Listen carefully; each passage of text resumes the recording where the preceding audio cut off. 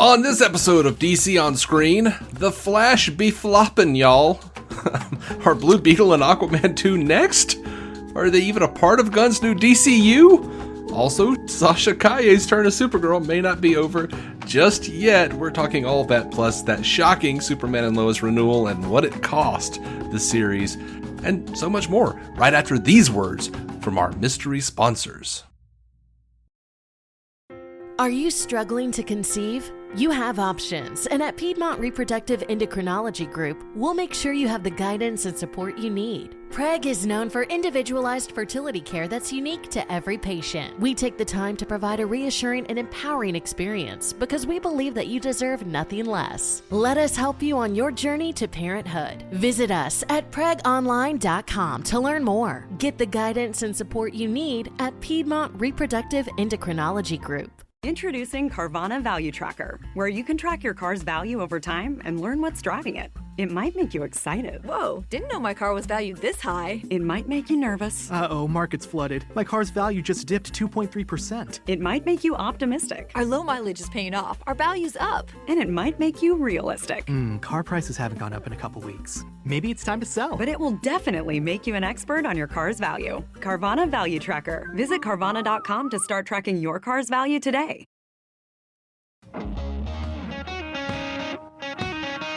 Welcome into DC On Screen, the podcast that's been bringing you news and reviews of the DC Comics properties on film and television since 2015.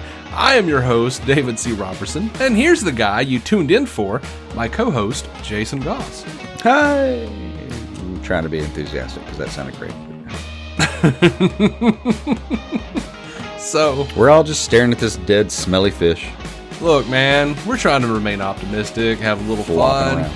I didn't love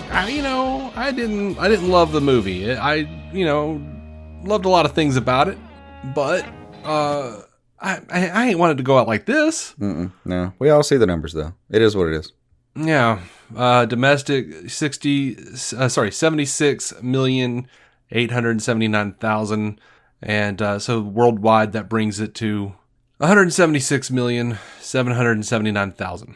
So, with a budget of 200 to 220 million, and a marketing budget somewhere between 38 and 60 million, based on the reports I've seen, yeah, man, it is a flop at the moment. There is not much hope for it to be anything else at the box office. There would have to be like a miracle, like every copy of Across the Spider-Verse would have to be burned simultaneously. That new Pixar thing would have to retroactively not exist. Yep. Drown the Kraken. Trap Indiana Jones in a cave. It made $55 million this opening weekend. For perspective, Black Adam did $67 million. Shazam! Fury of the Gods did $30 million. And estimates that's are the now trend. Anything with a lightning bolt symbol. I thought about that earlier. Yeah. Some estimates are expecting The Flash will finish the weekend we're at joking, a 70. But there's probably a little algorithm somewhere that thinks that's the thing. Maybe. But yeah, they're saying the weekend's going to finish at a 72% drop, and that's really not good. Yeah. No legs on the Flash. I know what that sounds like when I say it. But you know what? I know I in good conscience said I can't necessarily recommend it for theaters. I do think it's worth a watch. So if you want to help the movie out, and a lot of people I know a lot of people who loved it. You loved it. Oh, deeply, yeah. No, I mean, I enjoyed the fuck out of that. I cried, but there were people in the theater clapping with me. Yeah. It was a good experience watching this movie. Deeply enjoyed it. We had one of our listeners, Andre Sparks, write in and said, I would give the movie 8 out of 10 max. Definitely would have rated it higher if they would have had more recent actor cameos. Word is Reverse Flash and or Grodd will be the villains of the sequel. If it happens, I would love that. The emotional mom stuff was great when he was saying bye to his mom. I definitely felt that. The point of this movie was just to introduce the movie concept of the multiverse, so when Legacy starts, even when we see the same actors, it will technically be a new universe. I think that was the point of the movie. If you're a CW fan, you already know about multiverse, but for people who aren't, this helps them understand what's coming. Literally, I can see them just saying Earth 23 and go from there. Pretty much. I mean, and I do think part of that is the same thing I was complaining to you about the other day when me and you were talking about the review is like, I think there were so many expectations that it couldn't have hit. But I think we're also maybe kind of working on a larger look at that, like the fracturing of expectations. But still, that was like the movie served its purpose as far as like it kept the people that were still supposed to be in canon and jettisoned the rest right out the fucking back of the ship, man. Yeah. Actually, I did love this. Andre answered one of my questions about it since I said that it kind of nullified the CW Crisis on Infinite Earths. And he says, for the CW crossover scene, remember after Crisis on Infinite Earth, the only ones who remember Crisis are the 7 Pillars unless you get the special ring from Cisco. So technically it's all still canon. So I'll take it. I mean, it is definitely still canon as far as the CW is concerned, I think. But yeah, I do think like even that was an ambitious idea to sidestep to be able to keep some of the stuff around for a minute, but the numbers aren't playing out. So I don't know how much they're going to actually really care. Like if I were Gunn at this point, I would just shoot my shot and forget everything else. Yeah. I mean, I really would. And I hate to say that because I loved, like, we've been talking about for 8 years how much we love some of this shit. Yep. Even when it was a bad idea, we loved it sometimes. Yeah, sometimes. So I don't know. I've been trying to figure out what happened and why exactly it has been so dismissed. And, you know, Spider-Verse coming out. That is, the first one was a universally loved movie. It's gonna huge draw on that. It's gonna kill it. You know, I just watched it a few minutes ago, literally, and it's gorgeous. It's fantastic. It's wonderful. Mm-hmm. It's everything you thought it might be. I listened to Coconut Records on the way home. That's going to be relevant for those of you who know what I'm talking about. I don't know what you're talking about. I haven't seen it yet. Just one actor. Yeah, I think there was so much there. It's always death by 1,000 cuts. Like when a movie is really successful, it's always sort of amazing because, you know, they tried so hard. They had all these like people coming out. Tom Cruise, James Gunn said it was one of the best superhero movies ever. David Zaslav said it. You know, they had all these, you know, people coming out from CinemaCon saying, "Oh, it's amazing, it's amazing, it's amazing." And I think it like really hyped it up in a way. But then you gotta, you know, how many freaking early screenings did they have? They had a ton of early screenings. They did, and they were early, not like just a couple days before, and you got to sign a form. Like they were early, and there were a lot of positive reviews. And I genuinely still just think that's because it's a good movie. It's just that the general audience was not into it, didn't care. There was no, I don't know, man. Like the grassroots were not there. Yeah, I think it would have done better if it came out like 3 weeks earlier, because with all the early screenings, there was like a lot of positive word of mouth, and then there was like a big gap. There was like 2 or 3 weeks where no one was talking about it, and then everybody was talking about it across the Spider-Verse. I don't know, I mean, maybe, but I feel like in a normal cycle that would have been okay. I just think this is abnormal for reasons that, like, I don't know. We're gonna have to look into it. There's a lot going on. There are 1,000 cuts. There are, just with this movie alone, there's a lot, because, you know, you also had like the DC reboot announcement, you know, and I know a lot of people don't think the general audience hears about this shit, but most of my family is made up of general audience, and they knew about it. They were like, "So what? They're rebooting?" Yeah, yeah, but that's kind of the point. Is like most of GA just sees like, oh, so we're just quitting on that? All right, I won't worry about that thing. Yeah. Like that is, I think, the major player in the low box office. Between that and Ezra Miller. And then there's, all the weirdness with Ezra Miller. And like it, damn it, like I don't think there's anything to it. I think they were, you know, fine. But like it played in, and there was again, more fracturing. Every little step of this is more fracturing. Mm-hmm. Because there were leaks. People were like taking rips of certain scenes and editing them to make them look worse. Like showing like Ezra putting the baby in the microwave, for God's sake. You know, I've run into people who thought that was a thing.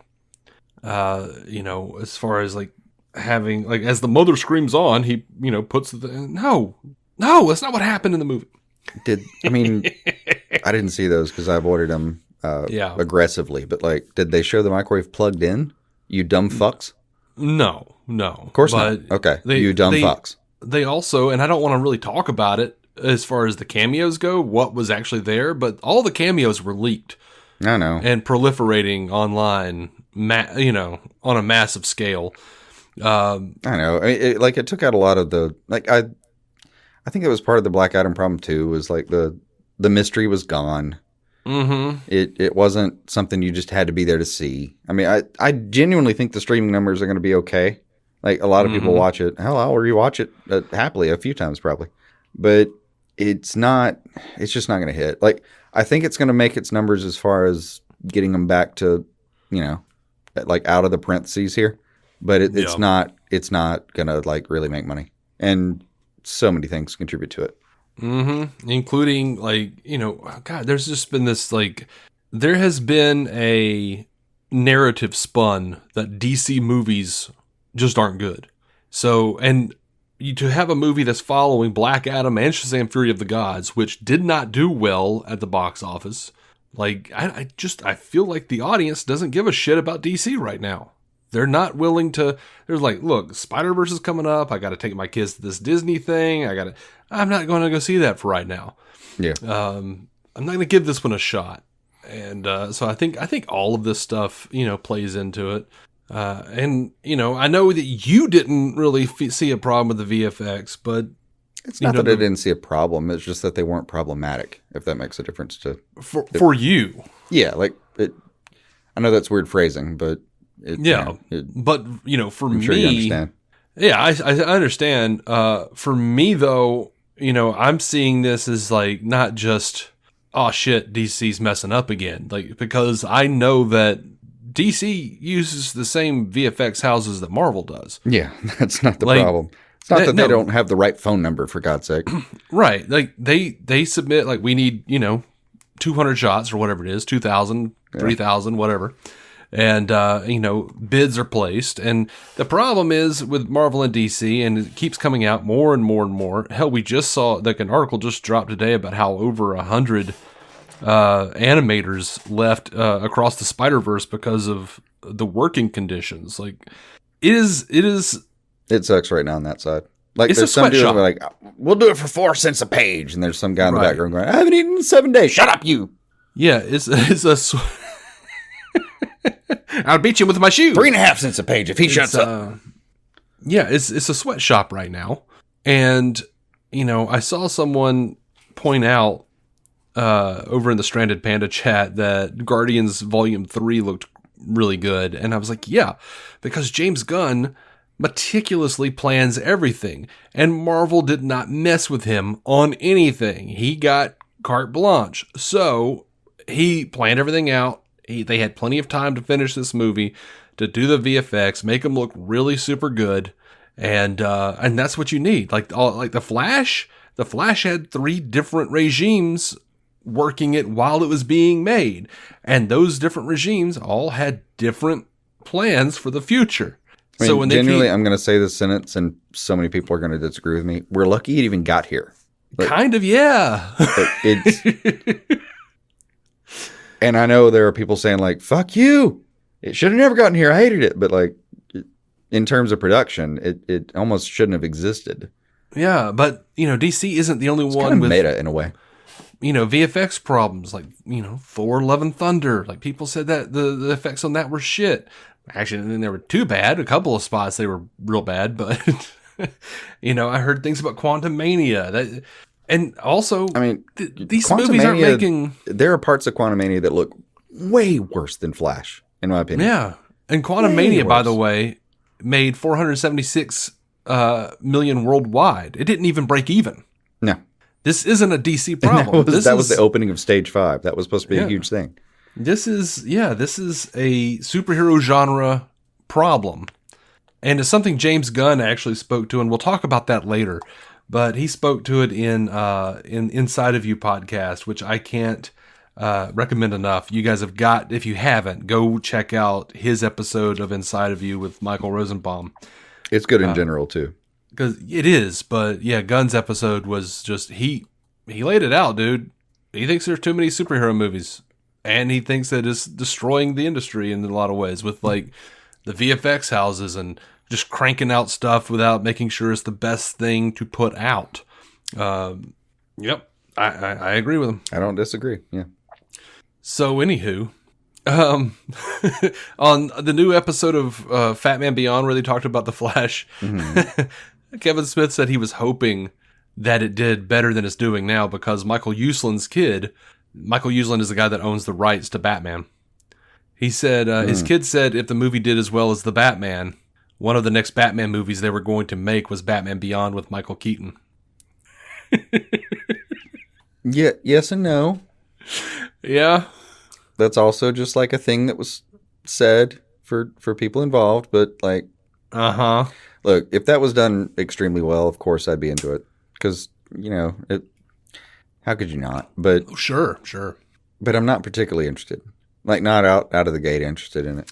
I'm not either. Not where it sits here, though. And that's the problem, is like, not where it sits here is why I'm not interested. If in a different place, in a different time, it would absolutely make a ton of sense, and I'd be super excited. Yeah. And I'm in a weird place where, like, I'm looking at all these numbers and looking at the fan reactions to things, and I'm going, no, we need to be very careful right now. Yeah. Very, very careful. Speaking of the Inside of You podcast, James Gunn said the first DCU character for sure is Blue Beetle. And the first DCU movie is Superman. I've seen a lot of confusion about that. And I don't know exactly what he means, but the Blue Beetle director said, we are part of the universe. We are part of the world. We are part of the plans that they have been creating for the future installments of the DCU. We are not tied to all the films from the past.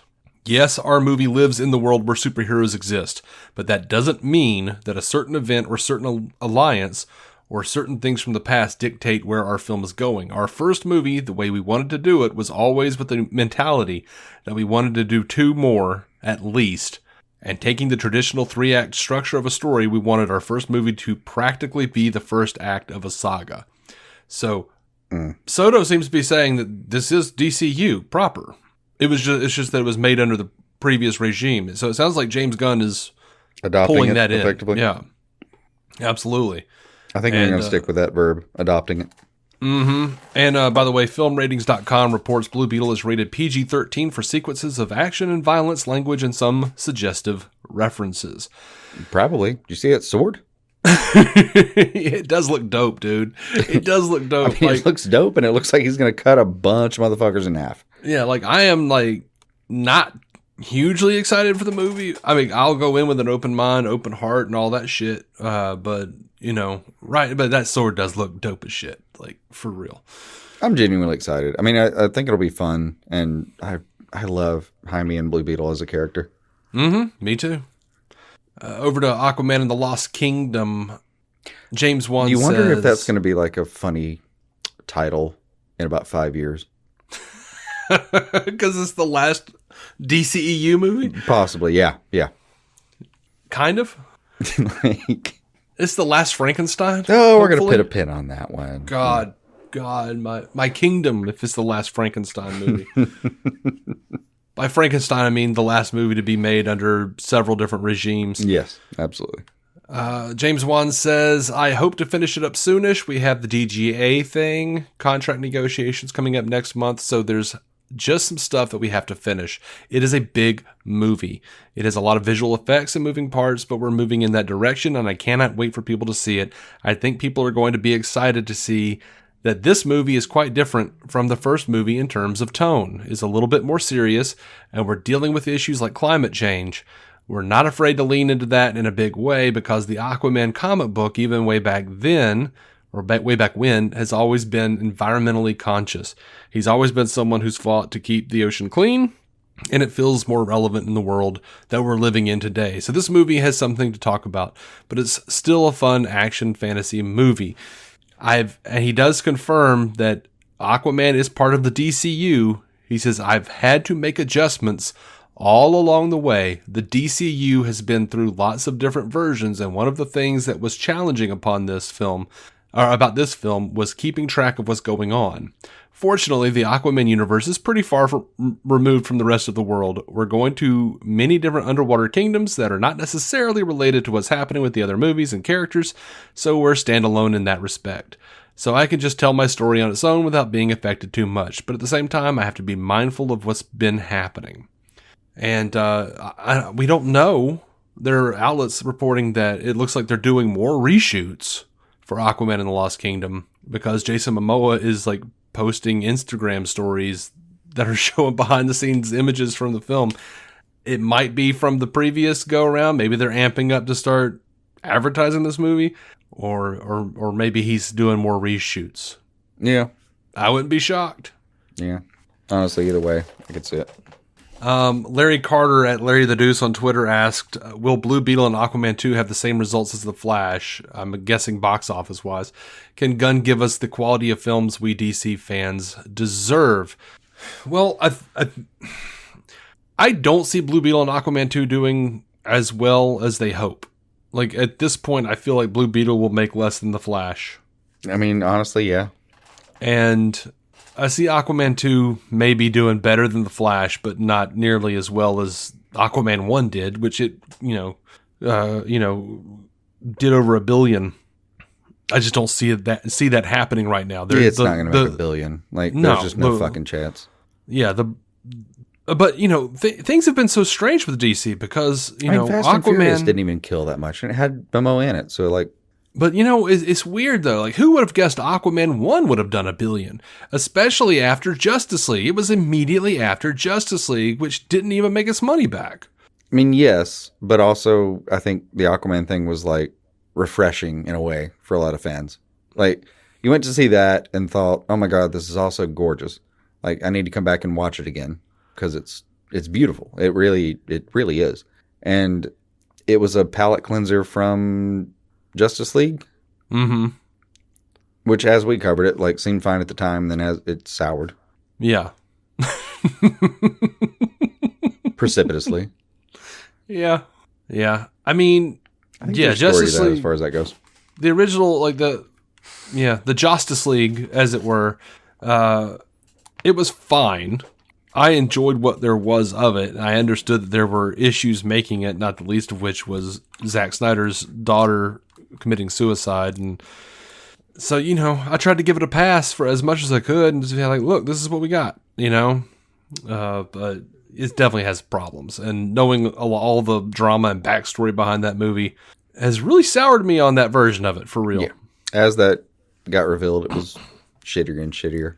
Mm-hmm. There's also, like, I don't know, at the time that was what we had. I mean, hell, we were even excited because it was like Danny Elfman and Joss Whedon, because we thought, hey, they can make a superhero film. Great. Mm-hmm. No, that's not how that worked out. Yeah. To the other part of the question, can Gunn give us the quality of films we DC fans deserve? I mean, this is wholly subjective. I think Gunn is an amazing filmmaker, and I love Peacemaker. I love The Suicide Squad. It's hard, a lot of people are, pointing out the Suicide Squad didn't make as much money as it should have, but this was in the middle of the pandemic. This was also when this was same day release on HBO Max. Warner Brothers seems to be very conclusive that the Suicide Squad made more than enough money for HBO Max. They wouldn't have greenlit Peacemaker, for Christ's sake. So yeah, if it didn't, and I love Peacemaker. Oh, yeah. Peacemaker's a work of art. And I love all 3 Guardians movies. Yeah, me too. And they've also they've put in, Peacemaker 2, as far as like Gunn said, as soon as I'm done with Legacy, it's the first thing I'm working on. Mm-hmm. Oh, I don't know. There's a lot of faith in his part of the franchise. And, at this point, why not? Fucking go full throttle. Let a creative have the reins for a little while, because we know goddamn well for the last 30 fucking years, it feels like, the execs have fucked us. Yeah. To put it very simply. And it's funny because he's the one that's vocal. He's the one that's out there. It's not just him. It's him and Peter Safran. Safran is handling the money and he's handling the creative. Yeah. But yeah, Zach Champion at Weight and Horror on Twitter asks, with all the talk about WB and David Zaslav selling off music IPs and discontinuing Turner Classic Movies, do you think this puts the DC Comics and DCU brand in jeopardy? No on the DC Comics for me. I don't think Warner Brothers is going to sell off DC Comics. They're one buoy. It's the thing that keeps them afloat. I mean, yes and no. Like, the actual comics, I don't think they've had any effect on the comics themselves. Yeah, like nobody buys comics. Nobody buys comics. Like watching them over the years with a stack that's 3 foot tall of shit I haven't read yet that, like, I'm relatively current. But, like, no, I don't think the actual movies, TV, anything we cover on what we call DC on screen has had a fucking single effect on the actual comics. They are what they are. So, like, They don't have to affect it. They don't need anything from it. They just, as long as it's making money, they'll just let it sit there. They might. Yeah. They really might sell the on-screen stuff. And that would surprise me a bit. I don't think they will. Like, I think they are still looking at DC as their Marvel. Like, they think this is their path to Marvel numbers, or at least what Marvel numbers were 5 or 6 years ago, something like that, you know? So pre-pandemic. Yeah, I think that's what they're thinking. And Marvel and DC comics, they don't sell a lot in terms of books monthly, but at the same time, like, they make the their important money. part. Yeah, they make their money, but they're also, like, the most important part about them are the IPs, because you can make TV and movies out of these things. Well, you can, but that's the funny part about it is, like, you might sell the IPs as far as the screen and film representation, but you can keep the idea of whatever the hell the comic writers have generated and just use it at will. Like that. Yeah. That's not copyrighted in the slightest.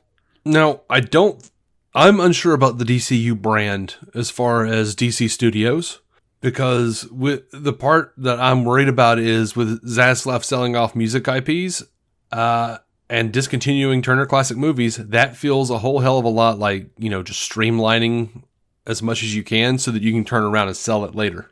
Oh yeah, no, dude, he's selling the farm. So yeah, to me that feels a little like James Gunn is gonna, like, start to cook a little bit.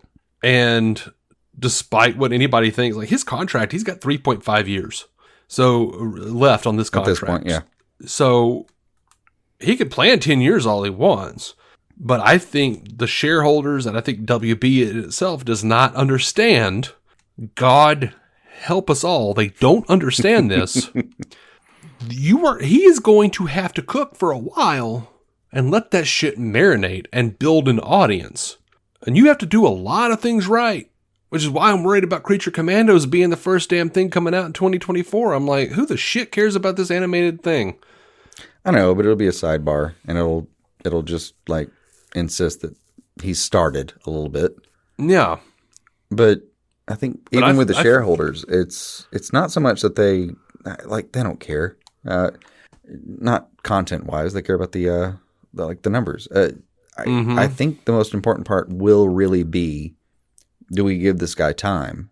And that's what you're getting at. But that is exactly what I'm getting at, yes. I think, though, I don't know, I'm 50-50 on this. I think if you tried to buy it in the next couple of years and just scuttle the whole thing, you might also have to take into account, like, well, they've already started this new narrative, and this guy's in charge of it. So do we let it ride or not? I mean, I know you're gonna have to buy him out of his contract and all that kind of crap, but, like, this happens with, you know, any kind of professional sport more often than you'd like to think. Like, yeah, you just buy people out when they're not working out, and you put somebody else in.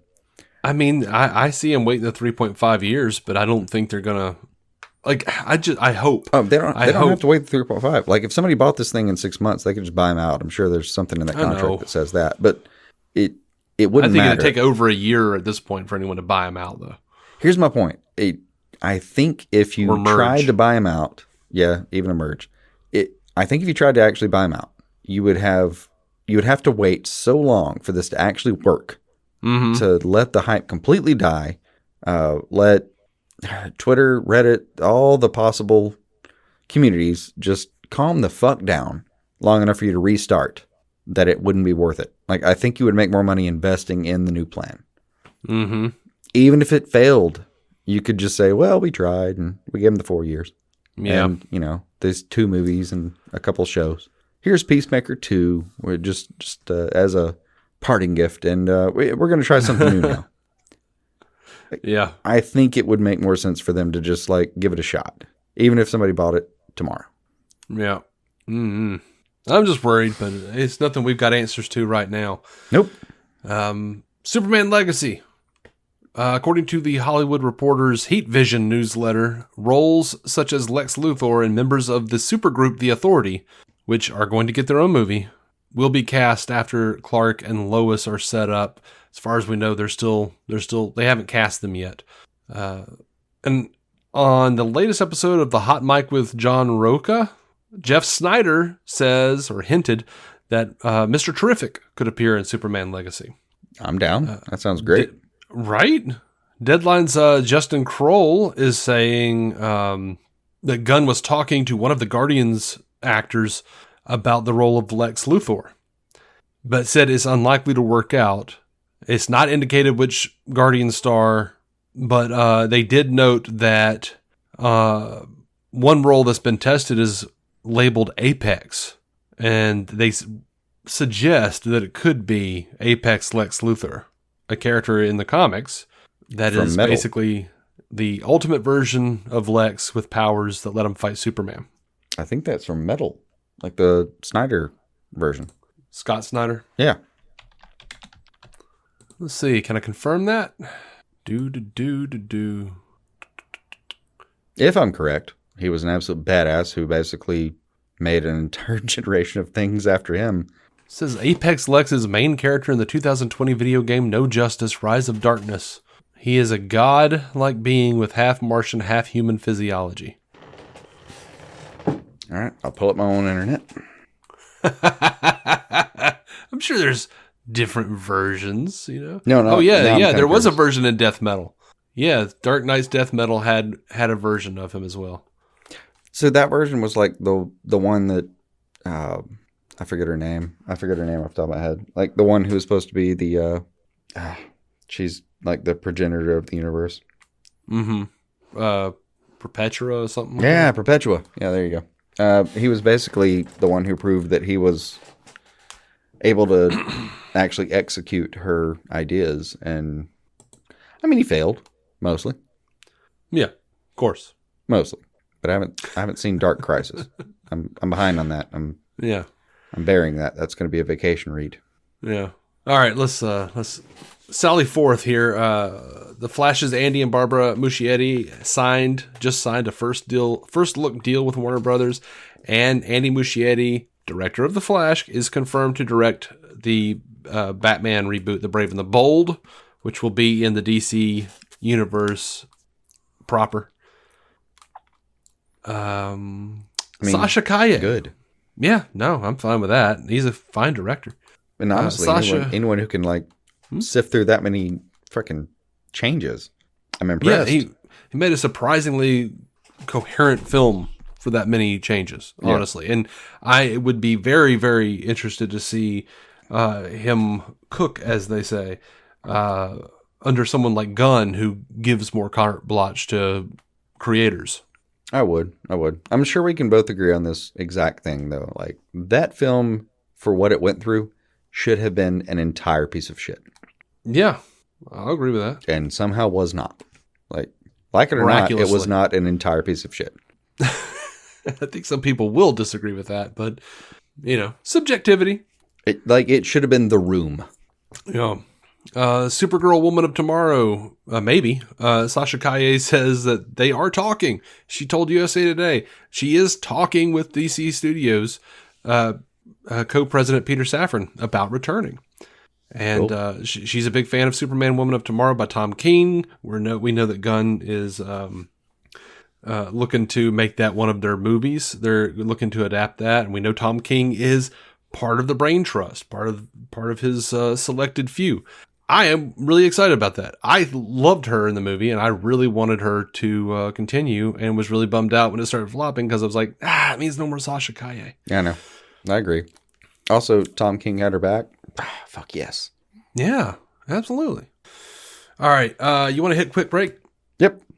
And when we return, we're going to be talking updates on James Mangold's Swamp Thing, and what of DC's Gunn plans to leverage what Marvel doesn't have. Superman, Lois, Harley Quinn, lots more. James Gunn wants to see a dude eat a freaking shoe. You got to know about that, right? I haven't seen that part. Be right back. Introducing Carvana Value Tracker, where you can track your car's value over time and learn what's driving it. It might make you excited. Whoa, didn't know my car was valued this high. It might make you nervous. Uh-oh, market's flooded. My car's value just dipped 2.3%. It might make you optimistic. Our low mileage is paying off. Our value's up. And it might make you realistic. Car prices haven't gone up in a couple weeks. Maybe it's time to sell. But it will definitely make you an expert on your car's value. Carvana Value Tracker. Visit Carvana.com to start tracking your car's value today. All right, we're back.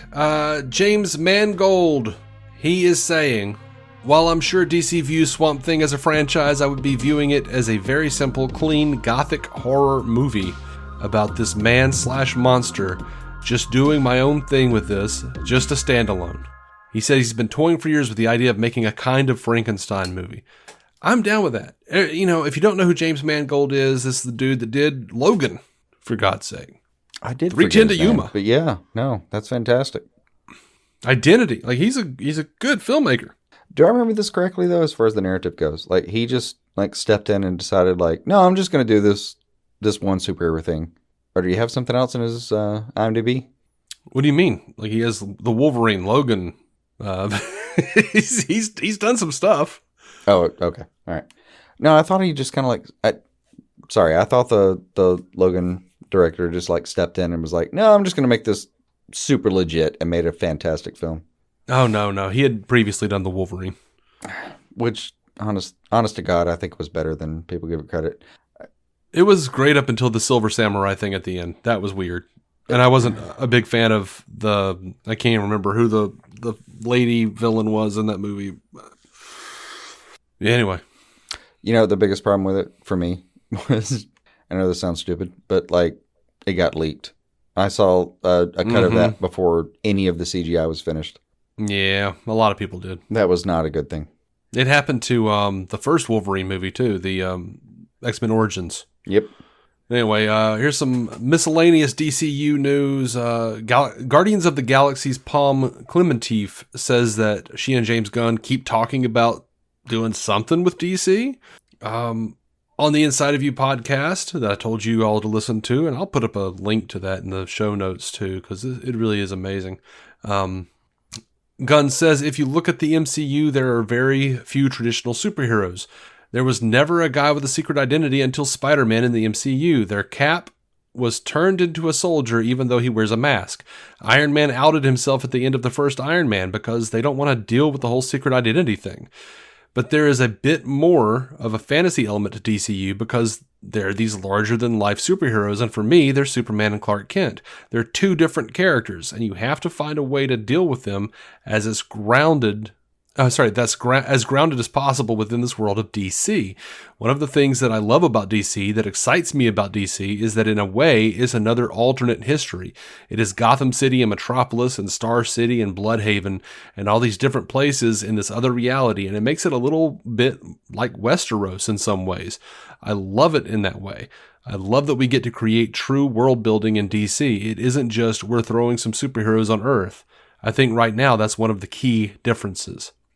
And Rosenbaum asked him if he thought there were too many superhero movies, and he says yes, before he even finished asking. And Gunn says, yeah, I do think there's too many, but I think it's much less a problem of too many. Yes, we are not going to overextend ourselves at DC. We're going to be very careful with what we put out and make sure everything is as good as it possibly can be. But I think that's what's happened, is that people have gotten really lazy with their superhero stories. They've gotten to the place where, oh, it's a superhero, let's make a movie about it. And let's make a sequel because the first one did pretty well. And they aren't thinking about, why is this story special? What makes this story stand apart from other stories? What is the story at the heart of it all? Why is this character important? What makes the story different that it fulfills a need for people to see it in theaters, to go see or on television? I think people have gotten a little lazy, and there's a lot of biff, pow, bam stuff happening in movies, and I'm watching third acts of superhero films where I don't think there's a rhyme or a reason to what's happening. I don't care about the characters, and they've gotten too generic. There's this sort of middle-of-the-road type of genre tone that so many superhero movies have, as opposed to having very different genres. I like very serious superhero movies. I like very comedic superhero movies. I like ones that are really just a murder mystery, but with superheroes. I like to see these different types of stories as opposed to seeing the same story told over and over again. 100% agree. Yeah. There's got to be a reason to go, man. Yeah. I mean, I think you the don't Batman just proves want that. origin story and save the universe over and over Right. again. Yeah. The Batman proves that. The stakes were relatively low. It was just, man, is Batman going to be able to help this fictional city? That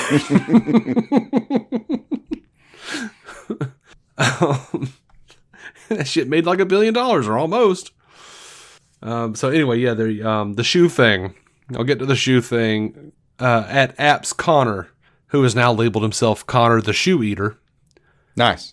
said on Twitter, I am being 100% serious. If this happens in James Gunn's DCU, I will put a Herzog and eat a fucking shoe. I will pull a Herzog. And he posted a picture from the how it should have ended with Superman and Batman sitting at a diner at the table. James Gunn responded and says, please tell me the specifics of what needs to be there to see you eat a shoe. Connor responded, if Superman and Batman sit across from each other in a diner and chat, I will eat one shoe. If they talk about how they would have solved each other's problems with ease, I will eat another shoe. If Batman interrupts Superman by saying, because I'm Batman, I will add another shoe. I'll do the third shoe. James Gunn responded, okay, good to know. Back to you in a few, parentheses, years. I like that. I'll be looking for it, man. I've always loved the trope that they could probably deal with the other people's villains better. Mm-hmm. It's genuinely been a lot of fun. Like back, in the BTAS days, that was fun. Yeah. I do enjoy those. I mean, you think Bruce Wayne couldn't deal with Lex Luthor? Come on. Well, one of the things I like in the comics is they all kind of deal with Lex. Like, Batman will just show up in one of his offices and be like, yeah, we're not getting along here. You're messing with Gotham now. Or, I love those where you just worldwide shows up and scale. is like, oh, hey, listen, bitch, you're infringing. Fuck that. Back the absolute hell off. Especially and then when Lex Luthor is was like, president. oh, get out of my office, Playboy. And he's like, and just kind of doesn't say, I'm watching you. Yeah. I don't know if we talked about this, but James Gunn did this thing where he listed his top 5 comic book movies, and from 5 to 1 in this order: Deadpool, Old Boy, A History of Violence, Superman the movie, and Spider-Man Into the Spider-Verse. And I believe we're talking about these movies on Patreon, right? I think we did talk about this and also that. Yeah. You want to do that? Yep. Cool. So a lot of people are reading into this thing. Warner Brothers is releasing this huge DCEU box set, and it's like $165. The set includes Man of Steel, Batman v Superman: Dawn of Justice, not the extended edition, Wonder Woman, Justice League, Shazam, Aquaman, Wonder Woman 1984, Black Adam, Shazam: Fury of the Gods, and The Flash. A lot of people are upset. There's no Suicide Squad movies, no Birds of Prey, and no Zack Snyder's Justice League. So beware of that. Make sure your family members know. Don't get me that shit. Christmas coming up. Don't give me that shit. Yeah. All right, let's hit up a little TV. We could have guessed DC's Penguin series is officially the latest project to suspend production amid the ongoing Writers Guild of America strike. Of course. On Tuesday, reports revealed that WGA East picketers protested outside of the series set in Westchester, New York, shutting down production for the remainder of Tuesday. One of the things I liked about this is someone commented on this and said, Batman's been trying to shut the Penguin down since 1940. The WGA did it in a day.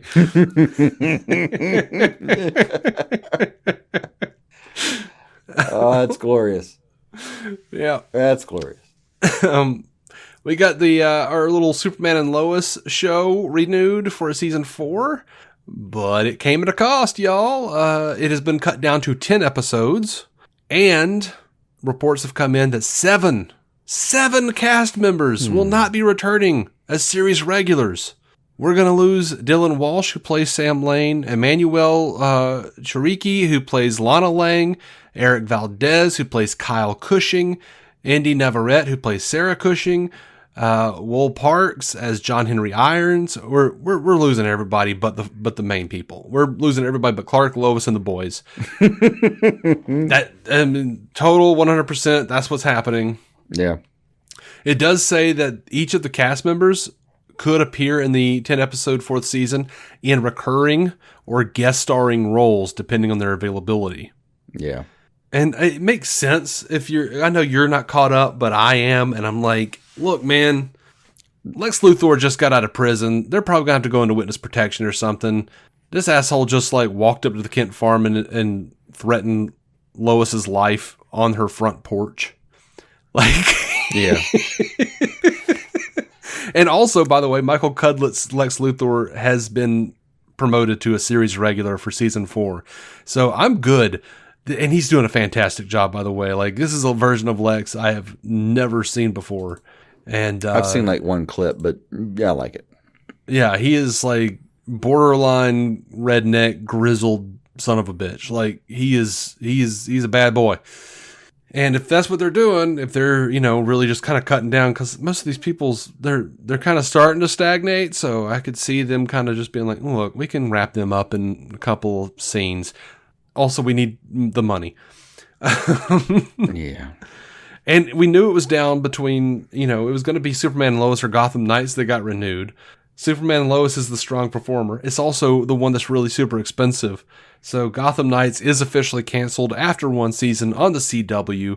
And the showrunners did confirm they tried shopping it to another network and it's not happening. No one wants it. It's done. Brutal. Sorry for everyone who liked that show. I really am too. I am. That's always brutal. Never saw it. Never looked good to me. And I kind of feeling like this was going to be what's happening. Like, if it had gone on a couple seasons and had started getting really good word of mouth and stuff, like maybe I probably would have gone back for it. I probably will go back for it eventually and just check it out and see what they were doing. Yeah, eventually I will too. But yeah, I also feel like I'm a veteran of writer's strikes at this point. And I don't even think it was that. It was I'm just strike. used to losing. That's all. Oh yeah. Well, I mean, this was because this. I'm a friend of failure. This is because Nexstar bought the CW and they've just been canceling every damn thing. Yeah. That has a script attached to it. WGA or not. Yeah, no. There will be nothing on that channel at some point that has anything that I would actually like. Yeah. You do watch some reality shows. I do. So maybe possibly in syndication. But like me, no. It's over for me in CW probably. Yeah. Which, oh no. I mean, it has been in a while. Harley Quinn, man. We got a season 4 premiere date confirmed by Max. Absolutely. July 27th. It's coming back. I love Harley Quinn, the animated series. It's raunchy. It's violent. It's amazing. There's a lot of heart to it. I'm honestly considering this like a birthday present. Yeah, man.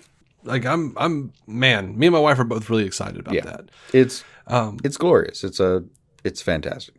Here's a thing that I'm getting a little afraid of. Batman Caped Crusader, because we know Amazon picked it up for a couple seasons, and during a recent appearance at the Annecy Animation Festival, Peter Giraldi, maybe? I don't know, Giraldi, hinted that Caped Crusader will be more of the complete vision Tim had for Batman the Animated Series, but could not get away with. He says it's everything that Bruce Timm wanted to do in the original series, but because it ran on a kid's channel, he wasn't able to do it. So this definitely skews older. It's more of his complete vision. Man, there's going to be like titties and weird they're all going to fuck. Sex shit. Everybody's going to be boned, you know? They all going to fuck. Oh my God. Like Bruce Timm is a pervert. Yeah. And you know what? I'm here for it. Let's see it. What do you really want to do, Bruce? I'll see what it's got. But yeah. What do you want to really do? Yeah. Like, I know it's going to be like Batman ripping a hole in Catwoman's crotch and just like plunging his bat dick into her. 100%. Like, 100%. Like Tim's got a thing, man. Yeah. Did you see the new trailer for My Adventures with Superman? No. It actually looks really good. Let me send this to you. I'm curious what you think. I meant to send it to you earlier and I forgot. I'm sorry. I just sent it to you. I think it looks so fun. The new show will launch on Thursday, July 6th at midnight on Adult Swim, and then it'll hit Max the very next day. Season 1 will debut with 2 back-to-back episodes, and then new episodes will hit every Thursday. But if you miss those... No, I have seen this. It does okay. You can catch encore episodes on Fridays at 7 p.m. Eastern Standard Time on Adult Swim and on Saturdays at midnight on Toonami. Yeah, I thought it looked really fun for something that has an anime look to it. I'm not big on anime. It's not my favorite visual style, but as far as the story goes, it looks fun. Yeah, I think it looks really solid. And Justice League X Ruby, Superheroes and Huntsmen Part 1 is going to start streaming on Max beginning on July 24th as announced by Warner Brothers Discovery. And that's it. That's our news. Well, shit. I know. And I've got to be somewhere, so we got to wrap this shit up. If you insist. Sure. I know. I'm sorry. Try to be a little more consistent with our news now that The Flash is out and we don't have to like mute every damn thing and try to stay away from spoilers. I love that you're trying to be consistent now that The Flash is out. I know. As though anything in our world is consistent. Shut up, Jason. Fuck you. Love you.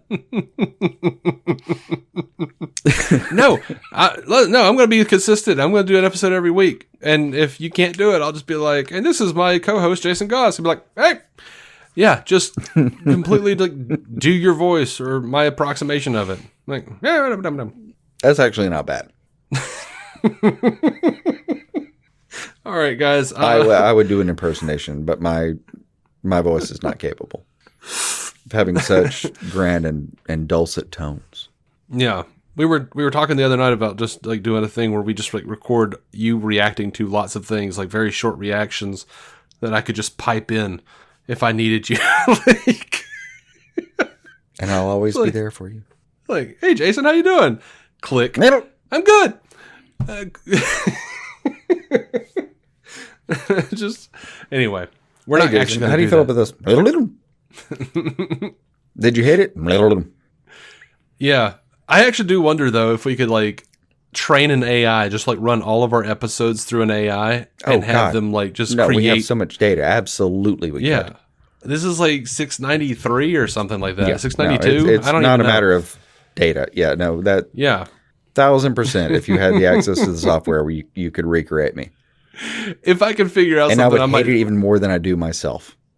If I could find a software for it, and if any of you guys know something, let me know. But I would love to just run that and make an AI episode of DC on Screen and just put it on our Patreon. That would be so fun. That would be fun. But we got to head out. Thank you guys so much for listening.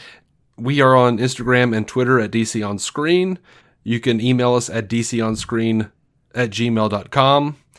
And we're on Patreon, patreon.com/DC on Screen. And that's where we put up stuff like, what do we call it? Comic Castaways. Yeah. Where we randomly find some castaway, seldom heard of BDF character and talk about them. And we usually have a really good time with that. It's definitely not BDE. Something. I'm sure about that. Z-level characters. Yeah. that you'll probably see in an upcoming James Gunn production because he loves those assholes. Yeah. And anyway, yeah, we gone. Until next time, keep some DC on your screen. Bye. Hey, thanks for listening to DC on Screen. Our theme song is by Jason Goss and Michael Shackelford of Galactic Engineers. The incidental music is by Michael Shackelford and Kevin MacLeod. You can rate the show on Spotify or rate and review us on Apple Podcasts. Doing that really helps push our show to new listeners, so your help would be much appreciated. You can also contact the show at DC On Screen on Twitter, Instagram, and Facebook, or email us at dconscreen@gmail.com. To become a patron and get ad-free episodes and exclusive content, go to patreon.com/DCOnScreen. Your reviews and feedback may end up on a future episode of DC On Screen. DC On Screen is a production of Maladjusted.tv in association with Stranded Panda. If you haven't already, please be sure to subscribe on Apple Podcasts, Spotify, or whatever damn platform you use. Are